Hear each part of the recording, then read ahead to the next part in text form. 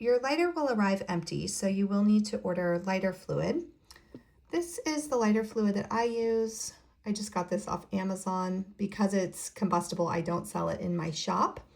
The thing you want to look for is to make sure that it's for a wick lighter. So any brand that is for a wick lighter should do, but this is the one that I work with. You'll also need a flathead screwdriver. I'm working with my little screwdriver for repairing glasses, but any small flathead should do. You can see this one is quite small, so you could definitely go up a size. On the bottom of all the lighters, there's the opening that you just unscrew.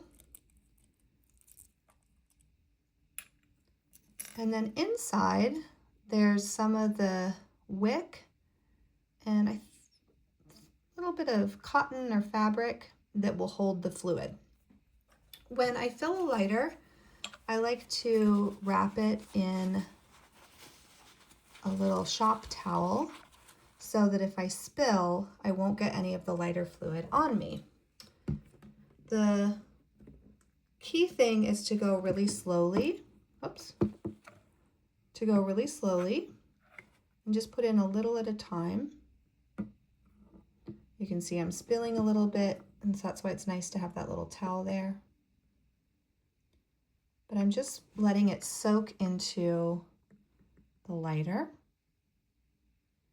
This one has a lot more space because it's the larger one. Basically, I just keep going.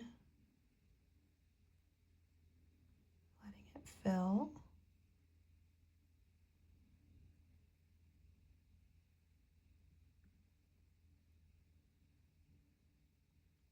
Once the liquid gets close to the top,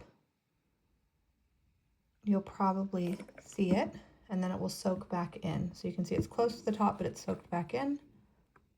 Do a little bit more, soaks back in. So I'm just going nice and slow until it's fully there.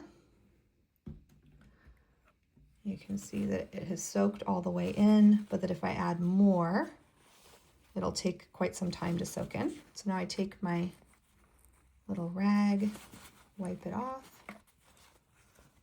then I replace my little screw and screw it shut like this. Okay, so this one is now full. I spilled a little bit of the lighter fluid on my marble block, so I'm just going to wipe that up as well. We'll move on to the smaller lighters. This is the one that I use regularly. I already have it full, but this is my new one, which is in rose gold. So the opening is a little bit smaller than the last one, but it works the same way.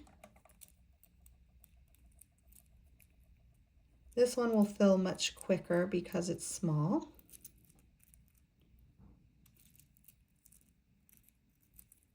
Like this.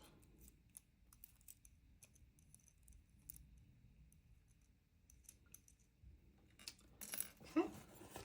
And then like before, I like to take a little shop towel and put it around my lighter because when it spills, I just don't want to get it on me. Using the same lighter fluid, again, just making sure that it's one that works with a wick. Slowly dropping it in there, little bit by little bit. You can see it will pool and then it will soak in. It pools and then soaks in. Just go nice and slow.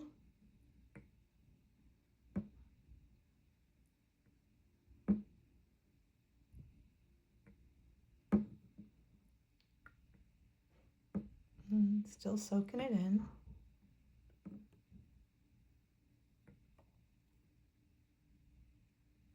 Okay, that's pretty close because it's staying there for a little bit. So we're just going to let the rest of that soak in. Wipe the top. Put our little screw in there. Close it.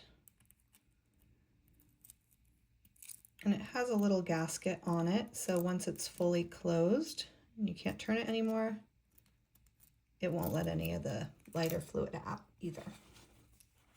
We have it. Okay, so how to use these. The small one, the top comes off, and then you have this little strike pad right here. And just like a normal lighter, you light it like that. And then to blow it out, you just blow. So pretty simple. And then when you're done, you can close it. Oops, looks like I had a little bit of fluid still there.